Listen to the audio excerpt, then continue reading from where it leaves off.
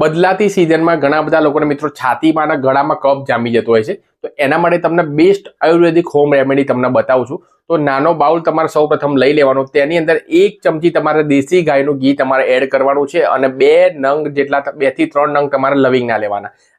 નાના બાઉલની અંદર આ બંને વસ્તુ લઈ લેવાનું, ઘી અને લવિંગ. ત્યારબાદ આને ગેસ સ્ટવ પર તમારે 1 મિનિટ સુધી તમારે એકદમ ધીમી ફ્લેમ પર તમારે ગરમ થવા દેવાનું છે.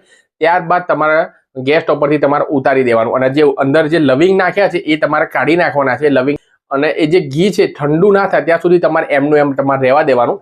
અને દિવસમાં એટલીસ્ટ તમે 1 વખત આ 1 ચમચી ઘીનું જો સેવન તમે કરશો તો તમારી બોડીમાં જામેલો જે કફ હશે, એટલે કે છાતીમાં ગળામાં જામેલો કફ, એ ખૂણામાં જામેલો કફ તમારો નીકળી જશે અને 2 દિવસના ઉપાયથી તમારું જે કફ છે બોડીની બહાર નીકળી જશે. એના માટે તમારે કોઈ પણ પ્રકારની સિરપ પણ નહીં પીવી પડે.